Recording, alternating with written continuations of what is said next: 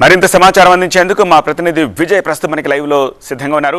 విజయ్, ఏమని చెప్పారు? మధ్యలో ఒక టెక్నికల్ ఇబ్బంది వచ్చి కేటీఆర్ ఏం మాట్లాడారో మాకు వినిపించలేదు.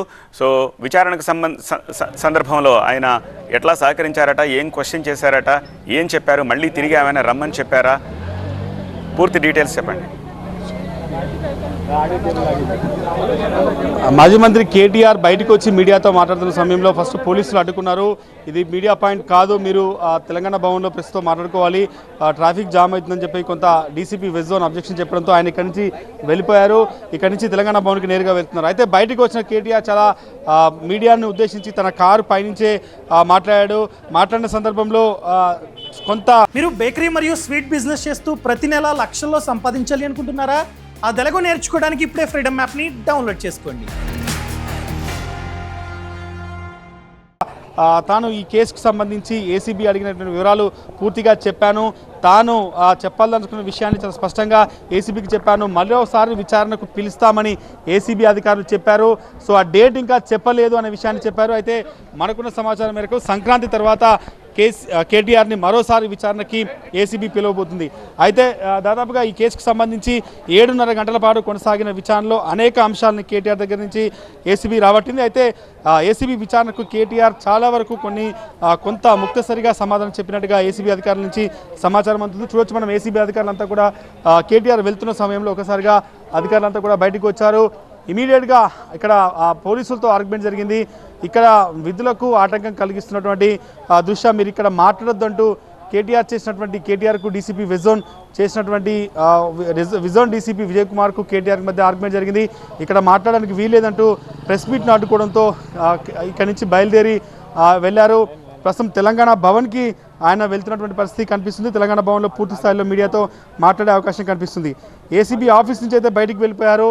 మనం చూడొచ్చు, ఒక ఫర్లాంగ్ దూరంలో ఏసీబీ ఆఫీస్ దగ్గర కూడా మీడియాతో మాట్లాడడానికి ఆయన ప్రయత్నించినప్పుడు కూడా కొద్దిసేపటి పాటు మాట్లాడారు. ఆ తర్వాత ఇమీడియట్గా పోలీసులు అడ్డుకోవడంతో ఇక్కడి నుంచి ఆయన వెళ్ళినటువంటి పరిస్థితి కనిపిస్తుంది. ఓవరాల్గా మాత్రం ఏసీబీ మరోసారి విచారణకు పిలుస్తుంది. సంక్రాంతి సెలవుల తర్వాత కేటీఆర్ని మరోసారి ఏసీబీ విచారించబోతుంది. సో విజయ్, సో మనం ఇలా అనుకోవచ్చా? సో మరోసారి విచారణకి పిలుస్తారు అని చెప్తున్నారు కాబట్టి, అది కూడా సంక్రాంతి తర్వాత అంటున్నారు కాబట్టి ఈ లోపు అరెస్ట్ అనేది ఉండదు అని. అంటే టెక్నికల్గా ఏసీబీ నుంచి వస్తున్న సమాచారం మేరకు అయితే ఈరోజు విచారణ ముగిసింది. 7.5 గంటల పాటు విచారణ ముగిసింది. నెక్స్ట్ డేట్ అనేది రేపు A3ని విచారించాలి. ఎందుకంటే ఈ కేసులో A1 విచారణ ఈరోజు అయిపోయింది. నిన్న A2 విచారణ అయిపోయింది. అరవింద్ కుమార్ నిన్న ఏసీబీ ముందుకు వచ్చారు. ఈరోజు కేటీఆర్ వచ్చారు. A3గా ఉన్న బిఎల్ఎన్ రెడ్డి ఈరోజు ఆయన విచారణకు సంబంధించి రేపు ఏసీబీ ముందు రావాల్సి ఉంది.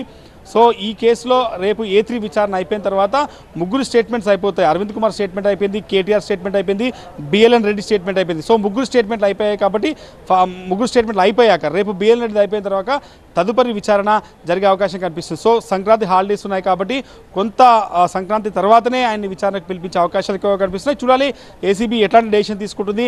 యాజ్ ఆఫ్ నౌ ఇప్పుడే కేటీఆర్ విచారణ ముగిసింది కాబట్టి ఆయన ఇచ్చిన సమాచారం తదుపరి విచారణకు మళ్ళీ రావడానికి సిద్ధంగా ఉన్నాను.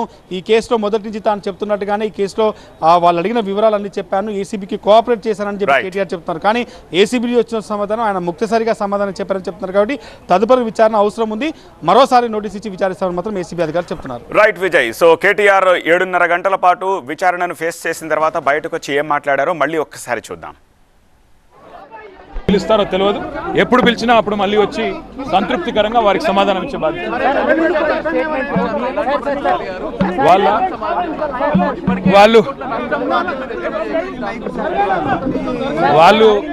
వాళ్ళు పాపం రేవంత్ రెడ్డి రాసిన 4-5 ప్రశ్నలు పట్టుకొని ఆ 4-5 ప్రశ్నలే 40 రకాలుగా అడిగారు. కొత్తది అడిగింది ఏమీ లేదు, కొత్తది ఒకటి కూడా లేదు. ఇందులో నేను అడిగింది ఒకటే, వాళ్ళు పైసలు ఇక్కడికి వెళ్ళి పంపించినామని చెప్తున్నా, అక్కడ పైసలు ఉన్నాయని వాళ్ళు చెప్తుండ్రు, కరప్షన్ ఎక్కడ ఉంది అని అడిగినా సమాధానం లేదు.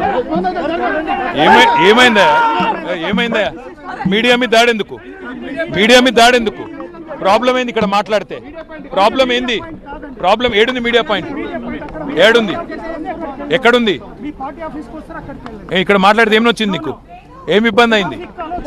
ఏం ట్రాఫిక్ అలో చేయాలా? ఇక్కడ అన్ని బ్యారికేడ్స్ పెట్టి ఎందుకు ఇంత భయం ఎందుకు మాట్లాడితే మీడియాతో? మరి భయం కాకపోతే ఏందండి? అదే మీ డ్యూటీ మీరు చేస్తున్నారు, సరే వాళ్ళ డ్యూటీ ఏదో వాళ్ళు చేస్తున్నారంట. మళ్ళీ మాట్లాడదాం. Thank you. జై తెలంగాణ.